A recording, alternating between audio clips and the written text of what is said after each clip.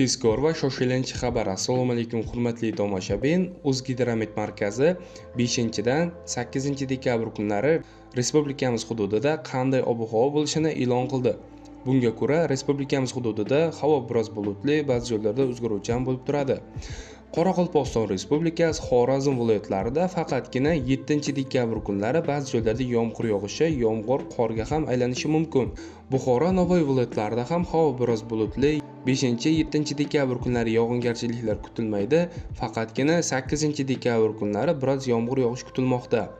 Respublikamizning qolgan hududlarida esa, ya'ni Toshkent, Samarqand, Jizzax, Sirdaryo, Qashqadaryo hamda Surxondaryo, respublikamizning vodiy hududlarida ham Andijon, Farg'ona, Namangan viloyatlarida 5-dekabr kunlari ba'zi joylarda tuman tushib, yomg'ir yog'ishi kutilmoqda.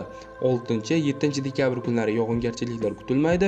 8-dekabrga kelib ham havo biroz bulutli, yomg'ir yog'ishi kutilmoqda. Shamol sharqiy yo'nalishini o'zgartirib, g'arbdan sekundiga 7-12 metr tezlikda esadi. Ba'zi joylarda shamolning tezligi 13-18 metr sekundgacha ham kuchayishi mumkin.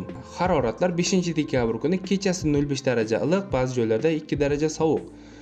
Kunduz kunlari 6-11 darajani tashkil etadi. 6-7-8-dekabr kunlari kechalari 2 daraja sovuq, 3 daraja iliq. Kunduz kunlari 8-13 darajani tashkil etadi. Respublikamizning tog'oldi va tog'li hududlarida ham havo biroz bulutli. 5, 6 hamda 8-dekabr kunlari yomg'ir yog'ishi, yomg'ir qorga ham aylanishi kutilmoqda. 7-dekabr kuni esa yog'ingarchiliklar kutilmaydi, ba'zi joylarda tuman tushib turadi. Sharqiy shamol yo'nalishini o'zgartirib, g'arbdan sekundiga 7-12 metr tezlikda esadi.